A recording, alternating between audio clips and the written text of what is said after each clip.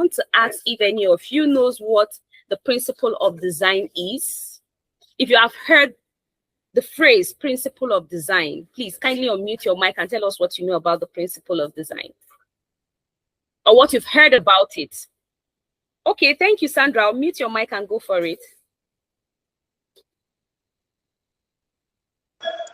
This is my first time of hearing principles of design, so I'm glad to be here so I can learn. All right, thank you very much. Thank you. Please, who else has something to say? Principles of design. We all know what the word principle means, and I want to believe that we know what design is. So let's see how we can marry the two words together. Principles of design.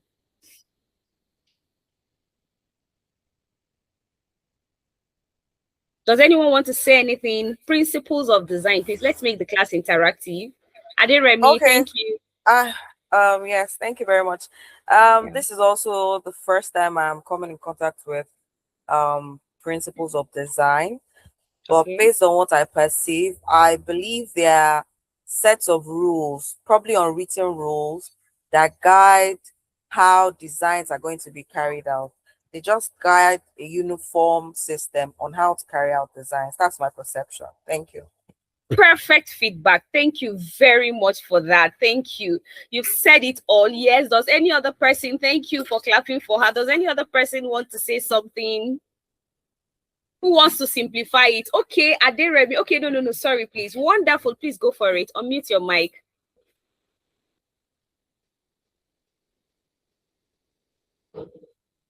Wonderful. I thought your hand was up.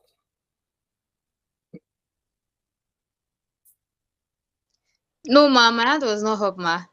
Oh, okay. So I want to assume that was a mistake. All right. So when we talk about the principles of design, we are talking about the rules, right, that guide how elements of design are being arranged to create a visually appealing and effective design. I'll take it again. When we talk about the principles of design, we're talking about all the rules or the set of rules that guide how elements of design are arranged to create a visually appealing and effective design. So remember, last week I mentioned that a design being appealing alone is not enough. The design has to be functional or effective. Right? So when we talk about the elements of design, we're talking about every single thing that is going to be on your Canva. At the course of your design, every single thing you add to your Canva is referred to as an element of that design. Right? So the way you arrange those elements such that your design turns out to be very appealing and also effective is what we refer to, or the set of rules rather, that guide the way you arrange those elements on your canvas such that at the end of the day, your design comes out looking appealing and effective is basically what we refer to as the principles of design, right? Now, they can also be referred to as guidelines used to organize design elements, and those elements could be lines, they could be colors, they could be shapes, they could be pictures, right? And any other thing you can add to your Canva in order to come up with a design piece. Now, what are some of the reasons why we use the elements or the principles of design, or what are some of the benefits of using the principles of design? The first one is attractive. It makes your design very appealing.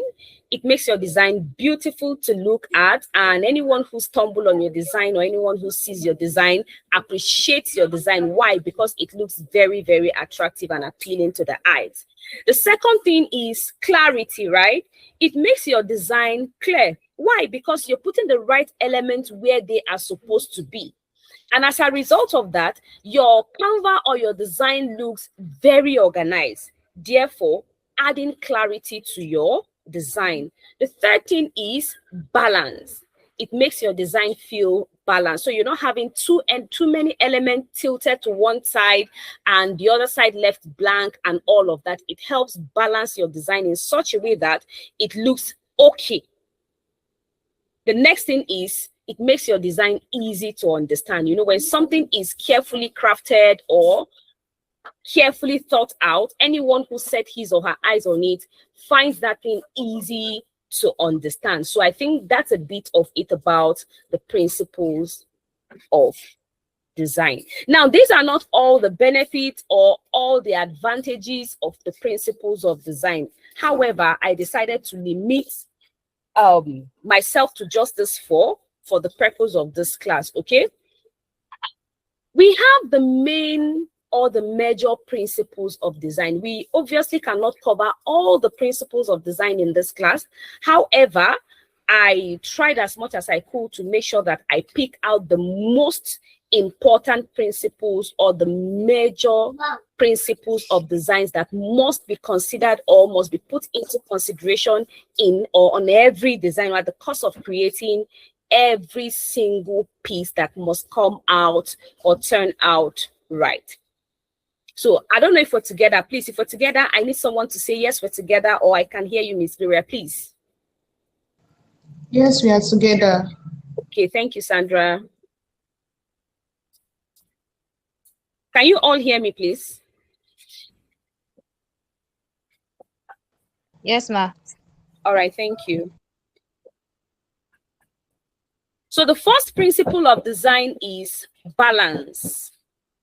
The first principle of design is not have one side of your design feeling heavier than the other. What am I saying in essence? We're not having a design where the upper part of our canvas is too heavy and then the bottom part is blank, or we're having the left side feeling too heavy with too many text, images, and other elements of designs, while the left side is feeling blank and empty. You know, the design elements have to be spread out evenly such that the design feels stable, such that the design feels balanced. You know, when a design is balanced, viewing the design or looking at the design, the viewer feels a certain way. Please, if we're together, I need an emoji, please. Okay, thank you very much. Thank you, thank you, thank you. So balance is how elements are arranged so that the design feels normal and not heavy on one side, right? We're trying to balance the equation. We're trying to make sure everything is stable. We're trying to make sure that things or elements of design are spread out evenly in such a way that one side does not carry the weight or suffer while the other side is left blank or kind of empty. So we have three types of balance here. I decided to mention those three types of balance. We have the symmetrical balance, where you have your design splitted into your canvas, rather splitted into two parts. You have your elements spread out, right?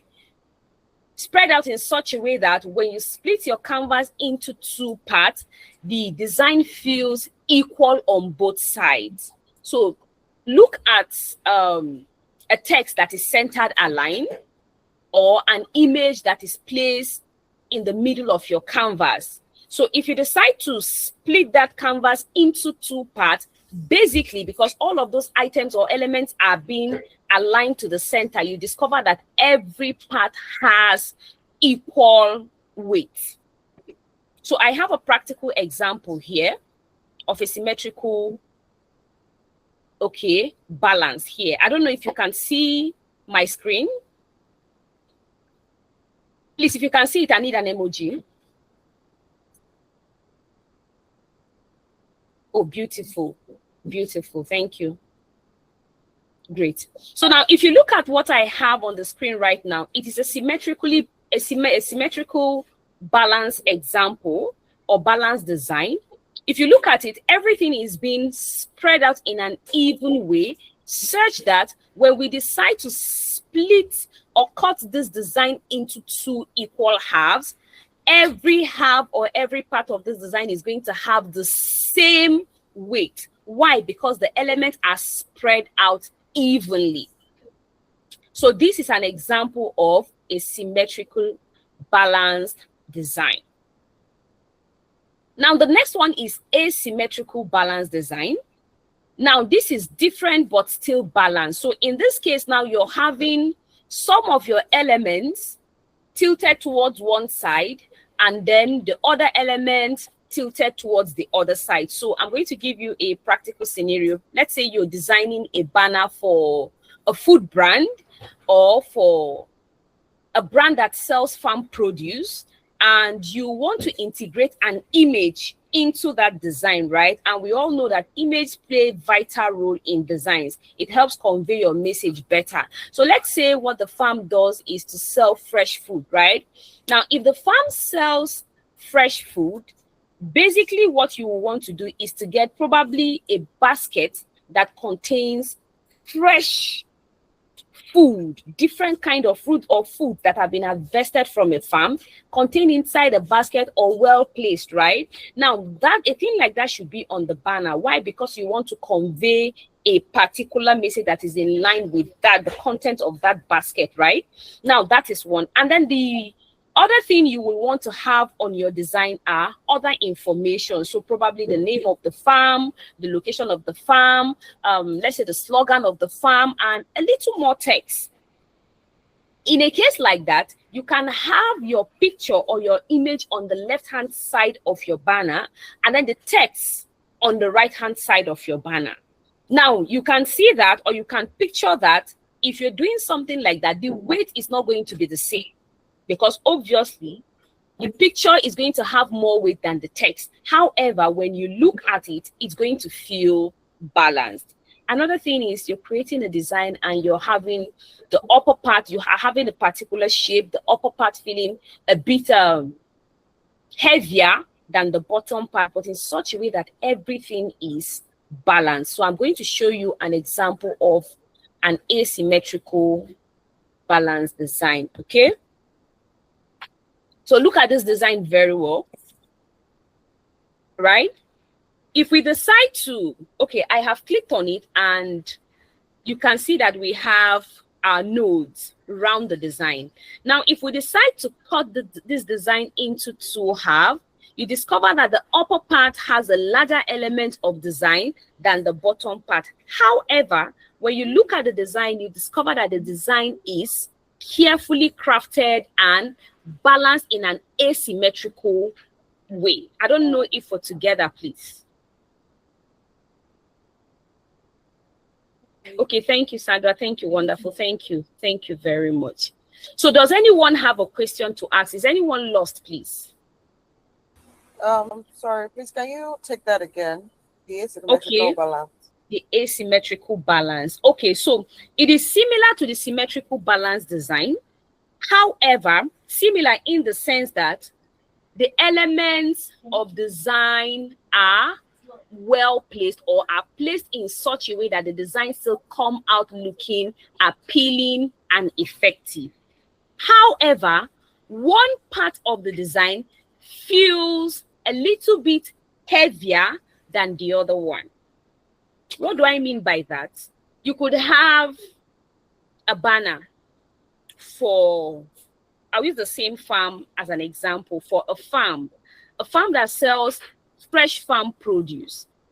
Now, because you want to convey a message of freshness, right? You want to create an impression of freshness in the heart of the viewers of the banner. What you need to do is to get a basket or a well-arranged heap of fresh farm produce, right? And then you have it on one side. Now, when you place it on one side of the design, what happens is it stays on the half part of your design. So it's more like you're sharing your canvas into two. And then on the other side of your canvas, you're going to have text.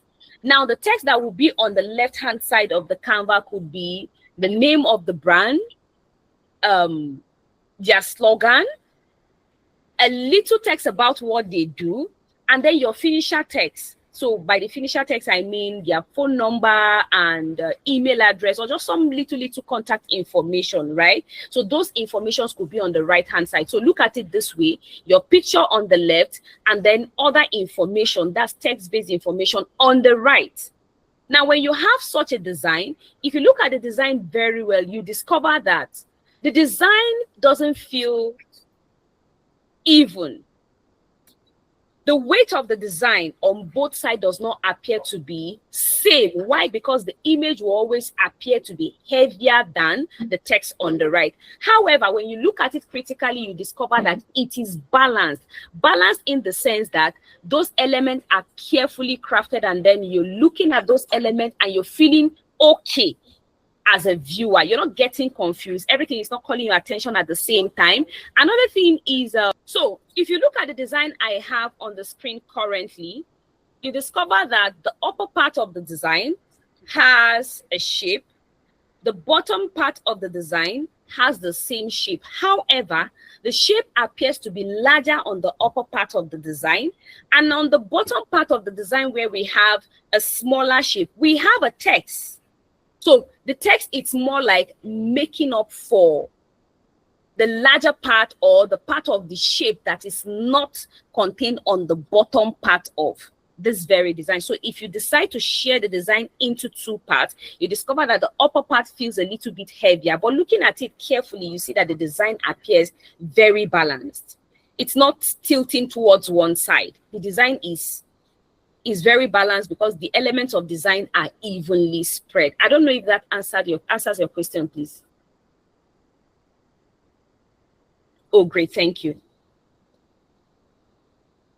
So the third type of balance is the radial. So the radial balance is this. In this case, you are arranging elements around a center point. I think the people who use this radial balance are mostly the photographers, where you see a model in the middle, and then they are having a circle around that model, and they are splitting the circle into chunks, and they are clipping images of that same model, different images of that same model, or images of other or pictures of other models around the circle they have splitted and clipped. Please, if any of you have seen such a design, I want the person to raise up her hand, please. It's very common it's something you see very common on photographers' banners. You mean none of you have seen something like that? You're having a model, the picture of a model in the middle, and then a big circle, right? A dough-like circle around it, and then the circle is being splitted into chunks or into fractions, and each fraction has a particular image. So it could be the image of the same model putting on a different outfit, or the picture of a particular model with other models around it. Oh, wow. Okay, if none of you have seen such, I have an example here. Not the same example as the one I described, but then this very example explains the radial balance. Now you can see that the design started from the middle, or it's starting from the middle and then it's spreading out, right? You can also see this from the center and then it's spreading out. So this is an example of a radial design. So in this case, now you can share the canvas into 4 equal parts, or you share the design into 4 equal parts, and then you're going to have the same weight on every single part. Please, are we together?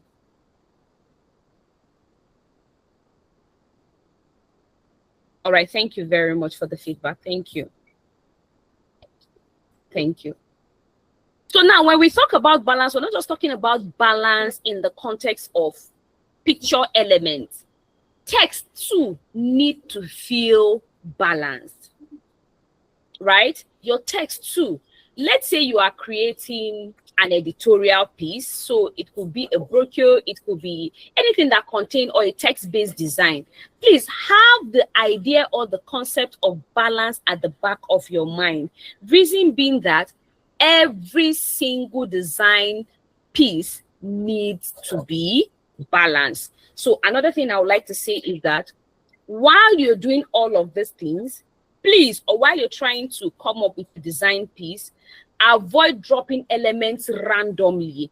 Have a kind of balance in mind. So sit down and ask yourself, this design I want to create, is it supposed to be, or do I want it to be symmetrically balanced, asymmetrical balance? Do I want it to be radar, to have a radar balance? Decide something in mind, and that will inform your decision on where to put what elements and how to place every single element of your design. Please, are we together? If we're together, please, I need feedback.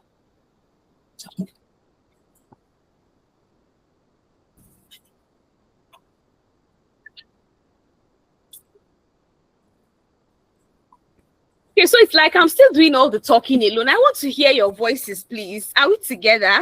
I'm with you. All right, thank you, Sandra. Thank you very much. Please, are we together? Wonderful. Aderemi. Yes, ma, we are together. We are together. Edidiong, are we together? Please, I need feedback so it doesn't feel like I'm myself. All right, thank you. Thank you very much. Thank you very much. So are we good on that? Are we good on the principle, on the balance? Yes, please. Yes. All right. Thank you very much. So the next second thing we'll be looking at is contrast. Right? We'll be looking at contrast as the second major principle of design. So in a very simple and clear term, when we talk about contrast, we're talking about differences, right? I think I mentioned it the last time we had a class. When we talk about contrast, we're talking about the difference between 2, 3, 4, 10 elements. That's what contrast is all about. Now, if you want to create contrast in design, there are different ways through which you can create contrast. You could create contrast using color. You could create contrast using shape. You could create contrast using size, amongst other things. So there are different ways through which you can create contrast in design. Now, when you look at this very slide I am on currently, you discover that my background is white. However, my text, that's my header text, is blue. And then the shade of blue I have is the lighter shade, right? And if you look at it very well, you discover that there is no clear contrast between my background and my header text. Now I'm going to do something after which I will want you to tell me what you notice. I'm going to highlight this text, right? And then I'm going to change the color to this shade of blue. Please, I need someone to tell me what she noticed. Okay, what I noticed when you highlighted, I think it was the lighter version, light blue, but this is deep blue. So in what way has it affected design? Remember, we're talking about contrast. Please, I need feedback. Thank you very much, Sandra. But then look at it very well. In what way has it affected or influenced the design?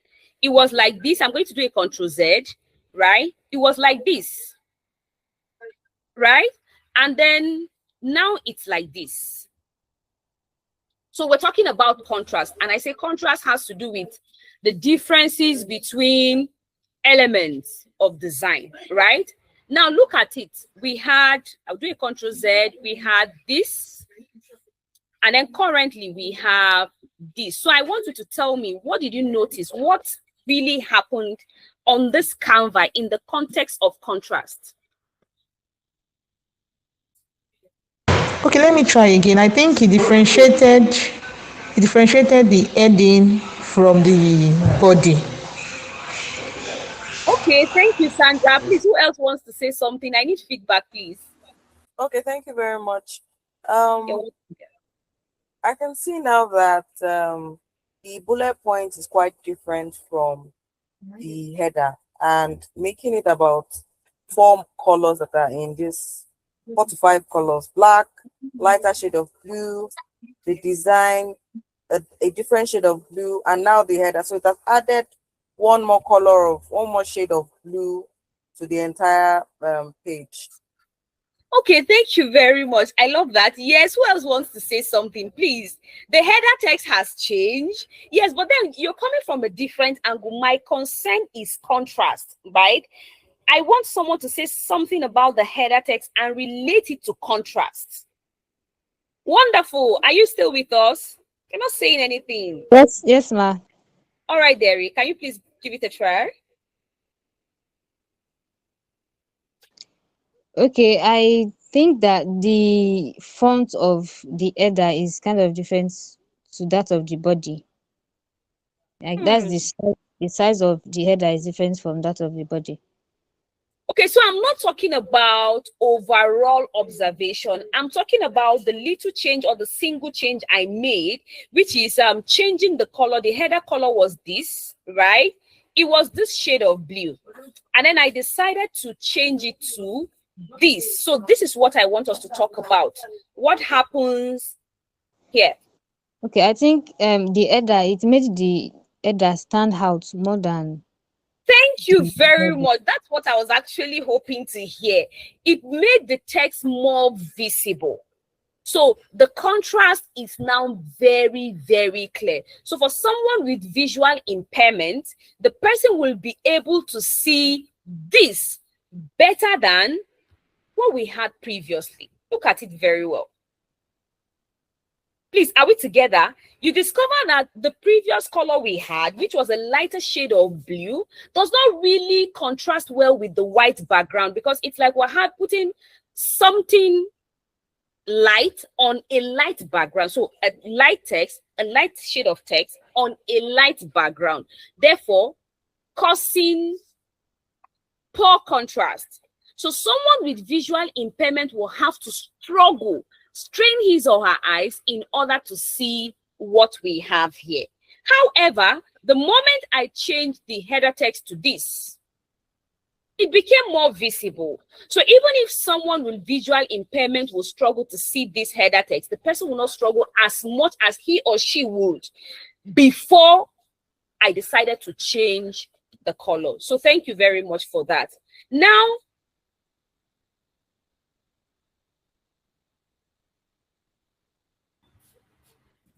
so now we have examples of contrasts. I have picture examples here, but then before we move to example, what are some of the reasons why we have to apply contrast to our design? The first thing is it makes your design attention grabbing. Now look at what we have here. Just look at this header text, right? You can see that it's making the text look appealing. It's making the header text look like it's calling your attention. So the moment you look at this very Canva, right, you don't need someone to tell you what the focal point is. The first thing that calls your attention is the main principle of design, which is our header text. So that's the first thing that hits you. That's the first thing that calls your attention. Therefore, it automatically becomes our focal point. So can you see that with contrast, we can apply focal point, right? The second thing is it improves readability. So people with visual impairment do not have to strain their eyes in order to read. They do not have to struggle to see what we have on the Canva or on our design piece. Everything comes out easy, thereby making your design look very appealing and also effective. Please, is anyone lost? Can we proceed, please? I need a yes, please. Unmute your mic and say yes if you feel Yes, all right, yes, please. thank you very much. Thank you. All right, thank you very much.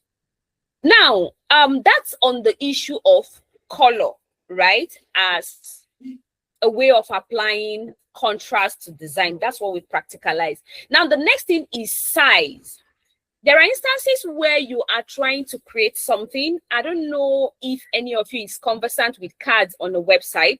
Now you're trying to create something and for some reasons, you want a particular one to stand out. You want a particular one to look different from others. And then you are like, okay, let me make the shape kind of different.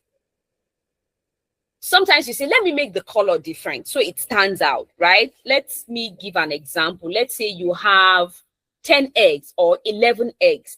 And then one of those eggs is not a real egg, because you're trying to illustrate something. So you're having 10 real eggs and you're having one egg that is not a real egg, and you want to use it for an illustration.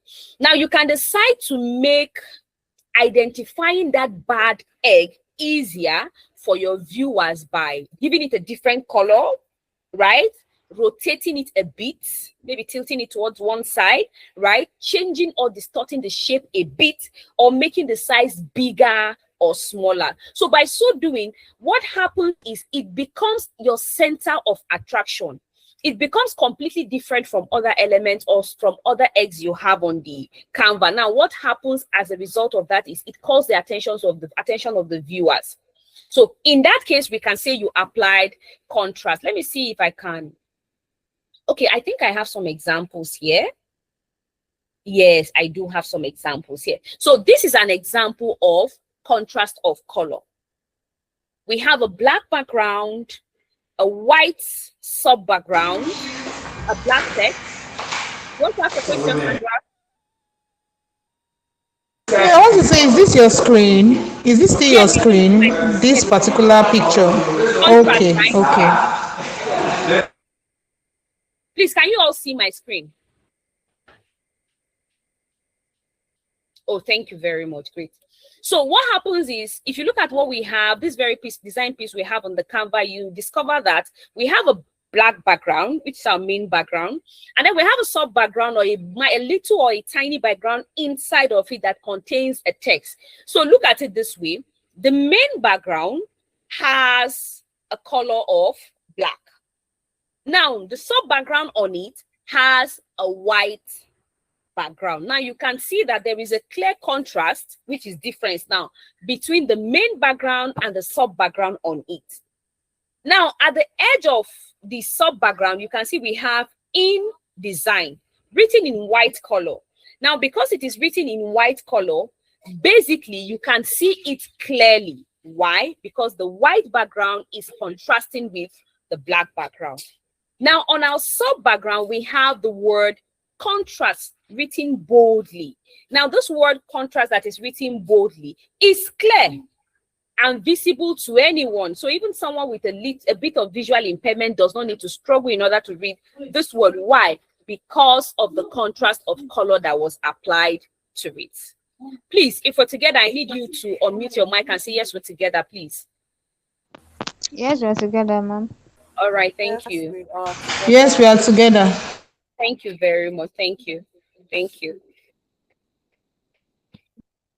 So we have another form of contrast here. You can see we have a white background with a black text on it. We have a black text with a white background. Sorry, a black text on a white background. So you can see it is contrasting. Anyone can read, unless if the person is completely blind, or if the person has an advanced visual impairment. That's when the person will have to struggle to see what I'm displaying right now. Otherwise, for someone with a proper sight or someone with a bit of visual impairment, he or she can clearly see what is written here. Why? Because the contrast of color was properly applied. Now, here we have the contrast of size, right? You can see we have big, we have bold, we have small. So now, looking at the Canva, the first thing that calls your attention in the aspect of the text now is the big bold. Why? Because it is contrasting. It is looking absolutely different from the small thing.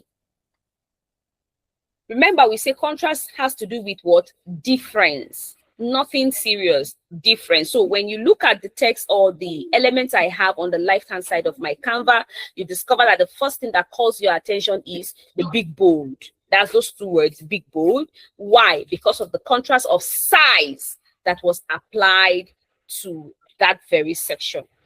Now, on the right side here, if you can all see where I'm hovering my cursor, on the right side, you can see we have a low or an example of a very low contrasted image, right? Or design or piece. You can see we have a gray text on a gray background. Now, even people without visual impairment will struggle to read what we have there.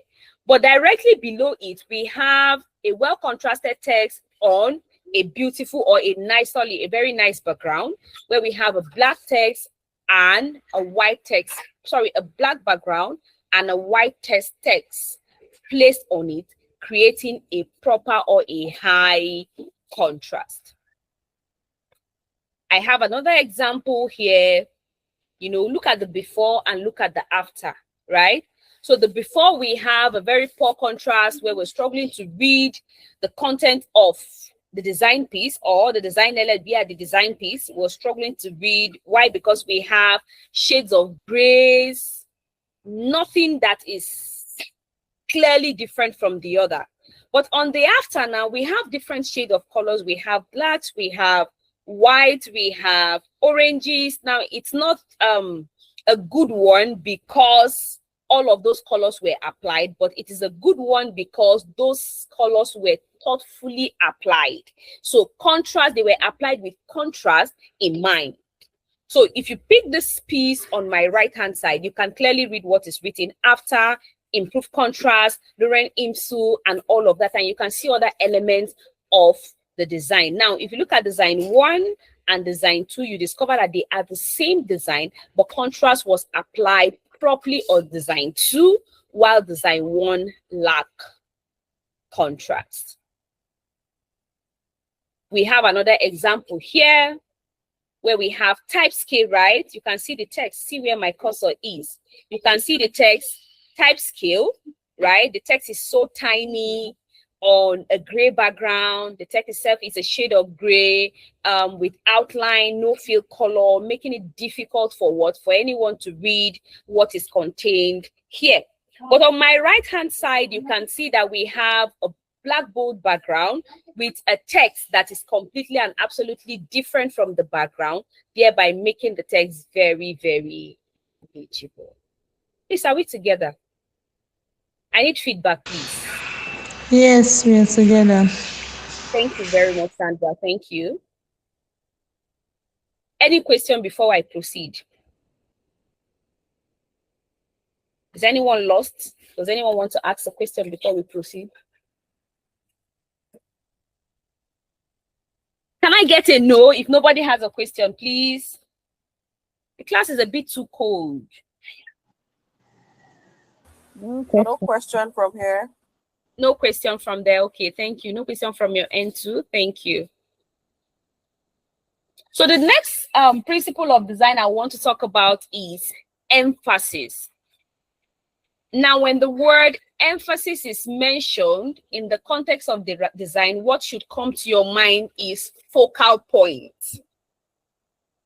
That should be the first thing you should think of as a designer. When emphasis is mentioned, think of focal point, because emphasis is simply the act of making one part of your design stand out. And remember last week I mentioned the same thing. I said when we talk about emphasis, when we talk about focal point, we're talking about that part of your design that you want to stand out. That thing you want your viewers to see the moment they look at your design piece. So that thing that catches or captures their attention the moment they set their eyes on your piece is what we refer to as your focal point. And you can only achieve this with the help of what? Emphasis. We have examples, a bold headline in a flyer, right? When you pick a flyer and the flyer is well designed, the first thing you see is the heading. Now, the heading will determine if you will want to read the content of the flyer or not. So that's how important focal points can be. They have to be parts of your design that will capture the attention of your viewers and keep them trapped. A comedian is coming to Nigeria, or let's say I Should Speed. He's one very big streamer that everyone talks about. So he's coming to Africa and everyone is like, oh, I Should Speed is coming, right? And those who are not aware of his coming are seeing a poster. The first thing they should see on the poster should be I Should Speed's picture. Why? Because people love him. People want to see him. So in a case like that, the moment they see his picture, then people will want to read other texts or want to pay attention to other elements on that very design. However, the center of attraction should be I should speed picture. We have bright colors on one object, right? You're trying to make an object a focal point and you're giving it a different color. You have 10 elements and you want to make one of those elements unique and you're giving it a different color. So let's say you have shades of blues and you want to make one of those elements that have those shades of blues different. And then you're like, okay, let me just make it red. So it looks different and so it stands out and also serve as my focal point. Please, are we together? Yes, ma'am. Okay, thank you, Sandra. Thank you.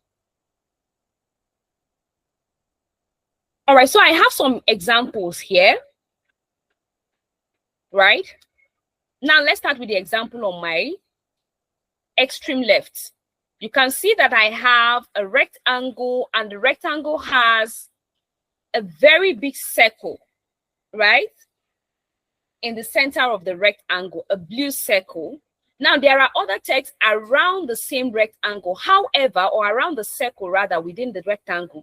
When you look at the rectangle, the first thing that calls your attention is this circle. So in this case, this circle is our focal point. Emphasis. On the second rectangle, I have text. The first thing you see on this very rectangle is headline. That's the word headline, right? Written in yellow color. And then you can see that it's looking bigger and more bold or bolder than other texts contained on the same rectangle, thereby making it the focal point or our center of emphasis. The next one here is another rectangle with just a pink rectangle inside it. So it's like a rectangle housing another rectangle. I don't know if that makes sense though. So you're having a rectangle inside a rectangle, right? And then the bigger rectangle has a shade of gray, but the smaller one has a pink color applied to it. So you can clearly see that the pink one is contrasting with, the pink color is contrasting with the light gray background, thereby making this very pink rectangle our focal point, right? You can look at others and see how focal point or emphasis is being applied to them. Look at those other three elements. So I'm going to ask a question, please. I have explained the two, and then I want to, the first three, I want you to talk about the second set of rectangles. Yes, the ones at the bottom part of our square here. So please, the first one, please, who can tell me what the focal point is on this very first rectangle? I don't think I can see your screen. Really? Yes. Okay, are you sure it's not network from your end? Okay, who else cannot see my screen, please? I can see your screen. I think it's your network.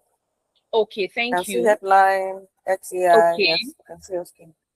Okay, so Sandra, if you can hear me, kindly refresh your browser. Yes, kindly refresh, please, and see if that will help. Or you sign out, log out, and then leave the meeting and rejoin. Please, okay, I'll leave the meeting and rejoin. All right. Thank you very much. Thank you. Okay, so now for those of you who can see my screen, please, I want you to help us identify what the focal point is on this very design I'm hovering my cursor on. What's the focal point on this very design? The left side. Okay, the whole of the left side. Yes, ma'am. Okay, all of it. Okay, thank you very much. Who else agrees with her? Or if you have a contrary opinion? I agree. The L-shaped looking object, that area. Thank you. Okay, thank you very much. So you get it. This very greater than sign, right? Yes, this very greater than sign that is blue in color is actually the focal point of this very design. How about the next one? The shape you are hovering your cursor on, the lemon shape. Okay, thank you very much. So now we understand what focal point is. But then I have something here. Look at the third design. What do we say our focal point is? Look at it very well.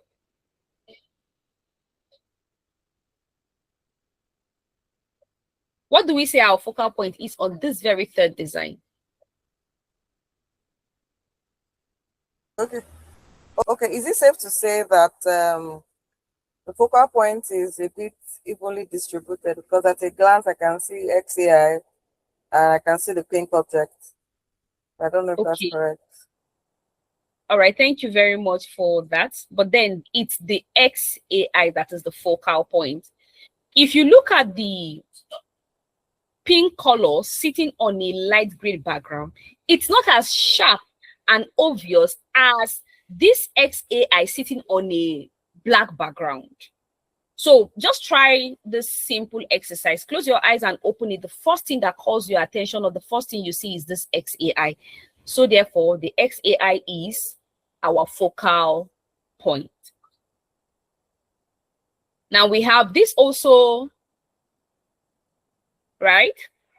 Still on emphasis, and we also have this. So I guess you can easily analyze this. What's the focal point on this very design? The duck.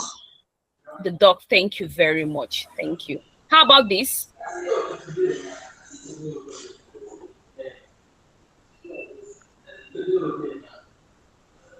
Who else wants to help? How about this? What is the focal point here? The is it wine colored number 7 shape? Number 7. It looks like a 7. I think the objects, like the lines. Exactly. So the lines are our focal point. Thank you very much. So that means we are together. Now, the fourth main principle of design that I'll be talking about is alignment. Sandra, can you please mute your mic? Hey, I don't know what's happening to my phone. It's not muting. Thank you. Thank you very much. So the fourth one is alignment. When we talk about alignment, we're talking about the order and organization of the elements of design. So how are you placing those elements of design? Are you placing them in a straight line and in an organized way, or you're putting them in such a way that they are all pushed or placed on the center part of your canvas? So we're conversant with text typing on Microsoft Word, and I want to believe that we all know what the left alignment, right alignment, center alignment, and justification are. So it's just the order of arrangement of your elements of design. What are you pushing to the left? What are you pushing to the right? How do you want them to stay? Where do you want your elements of design to stay? So we have types to stay, rather. We have types of alignment. We have the left alignment. We have the right alignment. And then we have the center alignment. So right now, you're not seeing the justification because we're talking about design. We're not talking about just text. The justify is only apply or applicable to text-based designs that are 100% or 80% text-based. Or when you're dealing with the text part of your design, that's when you do the justify. And in most cases, it is not really advisable. Yes, we know that the center alignment and the left alignment in most cases leave what we call rags, right? That's the elements don't have the same termination point. While when we talk about justification, we're talking about your text element having the same start point and the same termination point. So we don't really consider it in design because you rarely align elements in the same format, start, end, and all of that. So basically the types we look at here are the left alignment, the right alignment, and then the center alignment. Now, what are some of the reasons why we have to apply alignment to our design? The first one is it makes your design neat. Yes, when you don't have too many things cluttered, or you don't have your design elements cluttered on the canvas, your design comes out very, very neat. Think of your room, right? You're not having your bedspread on the left side of your room, your duvet on the right side, your pillow on the floor, and all of that. If you're able to put things the way they are supposed to, or where they are supposed to be, let's say organized, you're able to organize your items as they ought to be, your room turn out looking clean and sharp. So the same thing applies to the canvas or to design. When you're creating a design and you're able to apply your design elements or alignment as expected, you're able to organize your design properly. What happens is your design looks neat, and then it improves readability because we know where to find what. Why? Because your design is well aligned. So if we're pushing the text to the left, we know that, okay, when I'm looking at the left hand side, I'm seeing this kind of text. When I'm looking at the right hand side, it just makes your design feel very clear and readable, so anyone can clearly see your design and read the content of it with ease. So we have some examples here. You can see we have example of center align. You can see that the termination point and the start point are not the same, right? However, it is still okay depending on the context in which you are applying the center alignment. You can see the left alignment too, the same thing. They all have the same starting point, but the termination points are not the same. Excuse me. So that means the first text here, the first line of text ends here. The second one ends here. You can see we have rags. They don't have the same termination point. The right alignment too has the same problem. The text is starting from the right, and then it's terminating at the left. However, they do not have the same termination point. But on the other hand, just like I mentioned earlier, when it comes to justified alignment, you can see that the beginning of the text is the same, and then the termination points are also the same. So they are starting on the same line, and they are all ending on the same line. However, if you look at the text clearly, you discover that there are gaps in between. That's the reason why a lot of people don't really use the justified alignment. You can see that there are gaps, unnecessary gaps in between this paragraph text. Why? Because the system is trying to make sure that it's stretching, is forcing everything to fit such that they have the same start point and also the same termination point. So we have another example of alignment, and then I want to ask a question, please. Something seems to be wrong with this design. What is wrong with it? This design piece, something is wrong with it. I need someone to help us.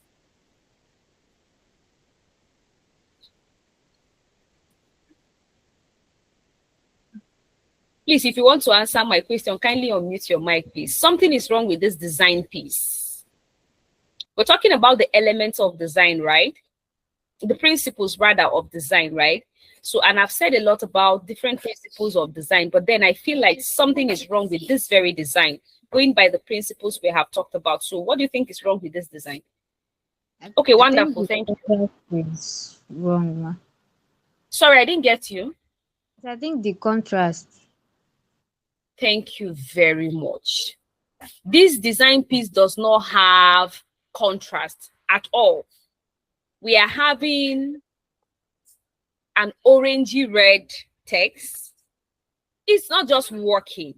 It's not just working on a blood blue background, not even just a blood blue background, a gradient blue background. So it's just giving an all messy vibe. So this design lacks contrast. Thank you very much.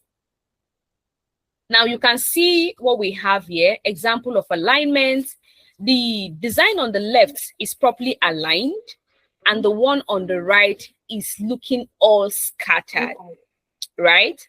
You can see that with the one on the left, we can tell where every single element of design is. And the design does not just look appealing, but it is easy for us to capture the content of this very canvas or this design piece. Then while on the left side, sorry, on the right side, the design on my right, you can see that things are scattered, right? Too many things are being scattered everywhere. Everything is just looking all cluttered and messy. So you have to struggle to know where a particular element of design is placed. You have to struggle to know where the next element of design is and all of that, thereby making your Canva or your design piece very, very messy. Please, are we together? Yes. Okay, thank you. We have another example here of alignment. You can see our typeface here badly aligned, and then you can see that this one is well or properly aligned. Now, before we move to the next principle of design, please, if any one of you have a question, I want the person to ask before we proceed, please.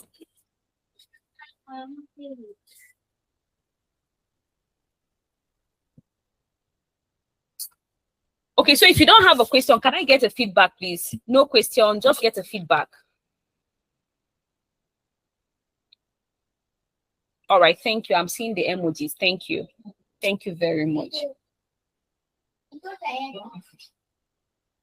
So now the fifth principle of design will be looking at its repetition, right?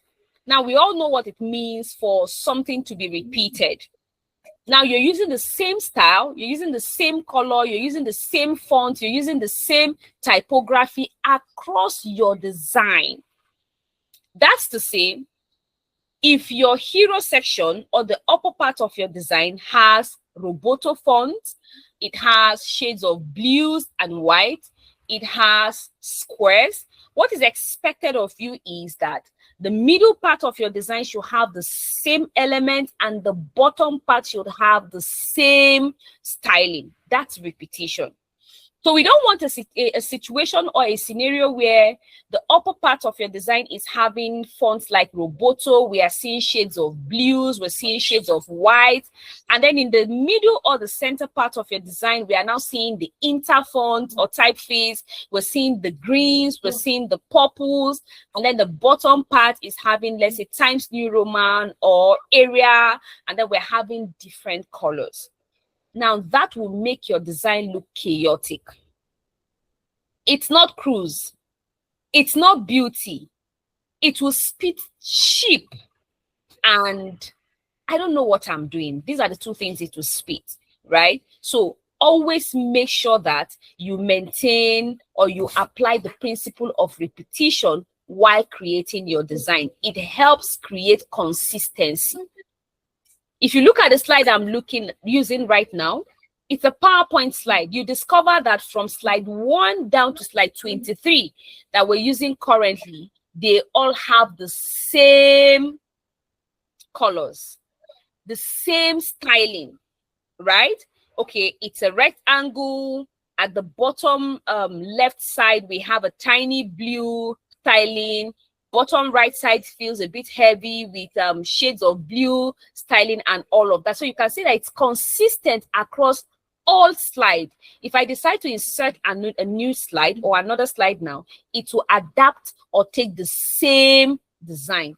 That is what repetition is all about. So if you're creating a design for a brochure, or you're creating a design for any form of editorial and all, or a wedding card or anything, make sure that there is consistency.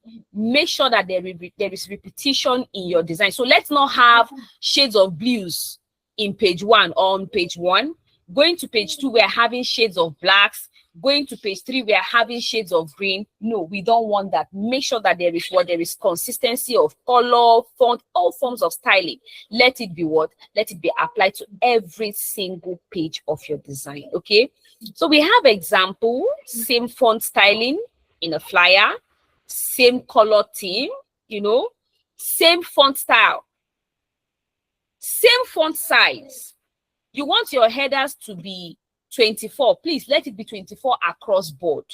You want your subheading to be 18. Let it be like that across board, so your design can come out very consistent. Please, are we together? All right, thank you very much.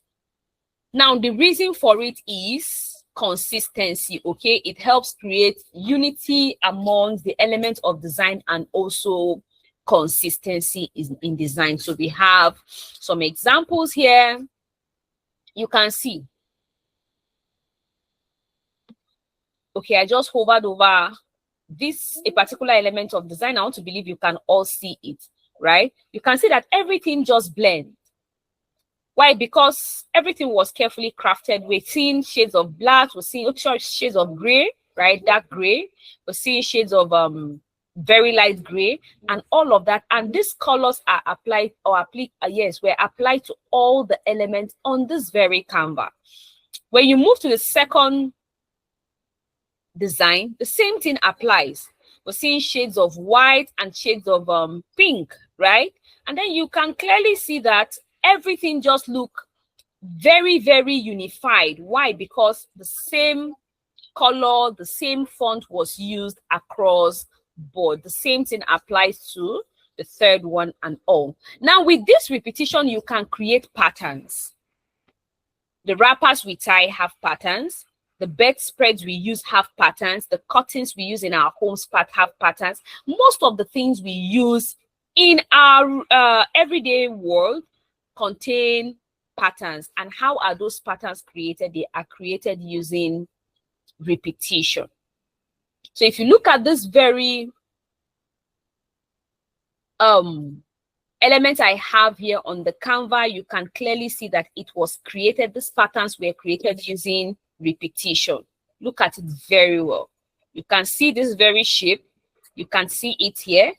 Okay, this shape, you can find it here. You can see the same shape here, here, on every section or every part of the pattern. When you come here, look at the bigger shape, you can see this, same as this, and all. Another example of repetition, right?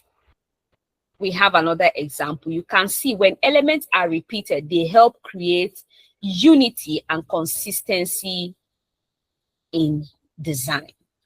Please, are we together? I need a feedback. Or mute your mic and say we are together, or you can hear me. I need to hear your voices, please. I've been doing all the talking alone. Please, I'm not going to talk much again. I want to start leaving the office and it's late. But I'll be listening. Okay.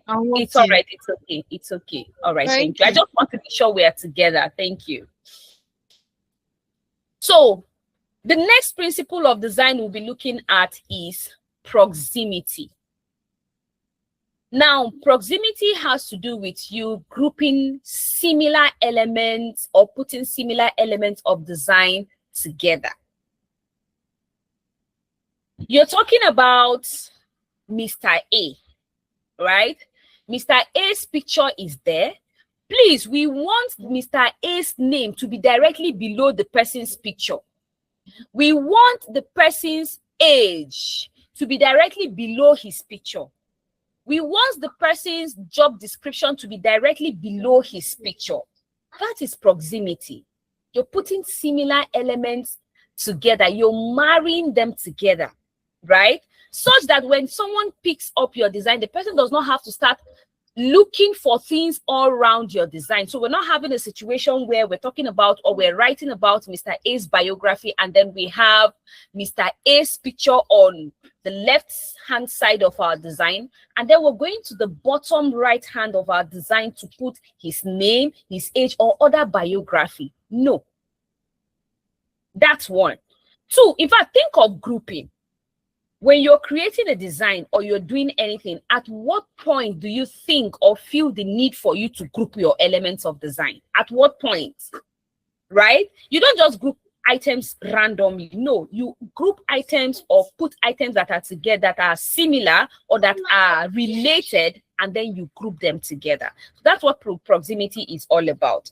Another example is, let's say we're designing a church banner, right? And then we're having a very beautiful background with the pastor's picture on it. Okay, we have the pastor's name directly below his picture and some other details about the pastor. Now, what we expect from you is, at the bottom part, if you want to have your finisher text, please let us have the church address there. If it is an event that the church will be hosting, let us have the date of the event, the time of the event, the venue of the event together, because those elements are supposed to be what? They are supposed to be related. You don't expect me to see the venue on the left-hand side of my design, and then I'm seeing the time on the top right-hand side of my design, and then I'm seeing the what again now? Other informations on the other part of design. By so doing, you stress me, and then you make me lose interest in your design. But by the time you put all of those related elements together, it makes it easier for me to comprehend or understand what your design is all about, or find information. I think that's the right thing. Find informations with ease on your design piece. So it helps me avoid confusion. I don't have to start struggling to say, okay, where can I find this? Where can I find stressing my mental health, getting me confused. All of those things will have to be what would be put aside the moment proximity is applied to design. So it makes this dissemination of information very, very clear. You can see, right? On the left-hand side, we have a very clear and carefully thought out piece where the white space is okay. We're not having too much white space. Elements are close to each other, not so close that we don't get to see what they contain, but then they are not too far apart such that we know they are related. Now, look at the one on the right. You can see the space between the third paragraph and the fourth one. The space is way too much. And you can see that there is no consistency in the spacing, right? This spacing is way too much as compared to this. So the second and the third paragraph has a smaller spacing as compared to the space the third and the fourth paragraph have. We have another example here. You're putting elements that are related together. That's what proximity is all about. Put them together such that people can easily find information with ease without any form of struggle. You can see proximity, right? We have A and B. We have two squares, and then we're putting them together. So just look at it and then see what you want to see at the same time, and then you move to the next part of the design. The last thing I want to talk about before we end the class for today is white space. White space is also another principle of design, a very, very important one at that. So when we talk about white space, we're talking about the empty spaces around elements in design. So when you look at your design, those parts or spaces on your design that do not contain anything, that are completely empty, are what we refer to as the white space on your design. Now, they make your design very clear and legible. They make your design neat. They kind of avoid or eradicate or limit overcrowding of design, and they make your design look very professional. So when you're creating a piece, always make sure that you create white space. It gives the element on your Canva or the element or your element of design an ample opportunity to breathe. This is a practical example. We have something here. I know contrast was not properly applied here, but then you can see we have our text, and then there's a space before this image, another space before this. So the design appears to be very simple, clean, and classy. We have logo. The same thing applies to logo. So we're not just applying white space to text-based elements. No, they can also, or white space is also being applied to what? To logos. You can see this, and you can use it to hide information and create an impression, you know. Look at the FedEx, logo. So going by what I know or what I heard about the FedEx logo, if you look at the capital letter E and the small letter X, you discover that there's an arrow in between. Please watch carefully where my cursor is. This is an arrow. So white space was used to create an illusion of arrow existing in between these two letters of the alphabet, and it had a meaning. Now, if you look at this very logo, we have the peacock. The peacock shape was created from or using white space. We have this. Look at the first design. Everything is just put together, cluttered, no space. All elements are just scattered and sitting next to each other. But then you can see that here, I'm talking about the center part now. You can see that here there is a white space, so you can clearly see what is contained on the center part of this design. We have another one here. See how clean, minimal, and classy this design looks, right? You can see how white space was carefully applied. You can see where every element is. Look at the header, the navigation part of the website. You can see where your logo is supposed to be. There's a space, a white space before your home link. You can see. So everything now looks very clean and okay. Why? Because white space was applied the right way. So with this, I will want you to ask questions, because these are the only principles of design I'll be talking about today. However, you can go ahead and make research. We have other principles of design, but then I decided to capture these very ones for the purpose of this class. So questions, please.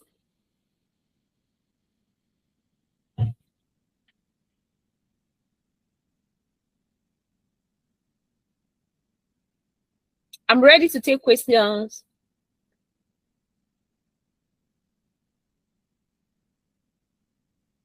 Okay, so if you don't have any question, please let me know. No question. Okay. No question from your for a wonderful session. The only question I have is, am I audible, please? Yes, you are audible. Okay, so the question I have now is, for the principles of design, is it cast in stone? Because I believe that it sometimes is subject to different perceptions. Like the way one person perceives or receives a message from a design might be different from how the next person deciphers that image. I don't know if I'm very clear. So is it subject to different people's perception or their personalities? Like I'm looking at this. Okay, so it's just is a written rule. Stop. You said you're looking at. Sorry, I'm looking at this white this particular design that is on your slide right now. Yes. And to me, I believe that the focal point is the white space is an elementary aspect of. So what I'm just trying to say in essence is that, is it also captured in the principle of design that viewers or the audience might perceive a particular design differently from the next person beside them? Okay, so thank you very much for that question. Yes, viewers can perceive design differently, but the reason why we have the principles of design existing is so they can perceive design the same way. I don't know if I'm making sense. We don't want a situation where someone is looking at this design and the person is saying this design is too empty. I want to see plenty colors on it. I want to see plenty elements on this very canvas. I'm not comfortable with what I'm seeing. We don't want that situation where another person is now saying, oh no, this design looks so simple and clean. I love it. No. We don't want that. That is why every graphic designer is expected to understand this principle. So the principles are there to serve as a guide. And the principles are adapted and accepted and used globally. So it's not something that is subjected to individual perception. No, it is not. When we talk about classic design, when we talk about minimal design, in this context, we're talking about minimal design when we're talking about minimal design in Nigeria, we're talking about minimal design in Ghana. The same principles should apply to the creation or to the creation of those designs. So we don't want a situation where the people in Ghana are saying this is our own definition of minimal design, and then those in UK are saying this is our own definition of minimal design. No, we want a situation where we are doing the same thing across board, guided by.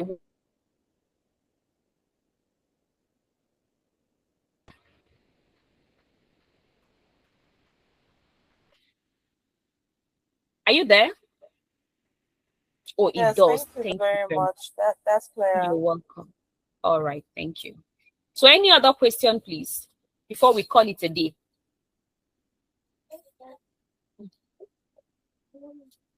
Any other question before we end the class? Any other question?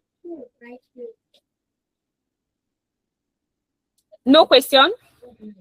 Please, if you don't have a question, I need reactions, please, so we can end the class. I just want to be sure that we are all together.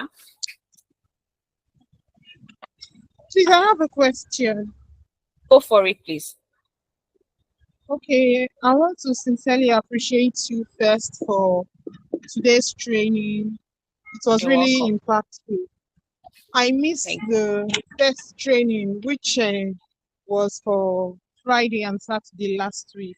And I saw the assignment you gave on the platform, though, because there were no materials to really look through, I couldn't attend them. But with this knowledge that I've gotten today, I should be able to do something. And I don't know if you'll be able to share maybe if not all of the material for us to go back to. Any other question, please?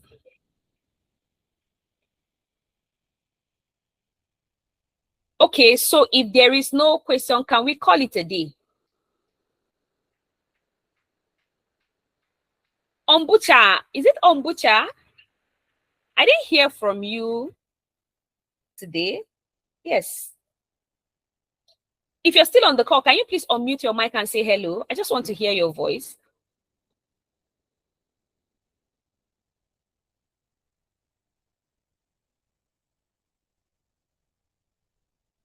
Is the person still on the call?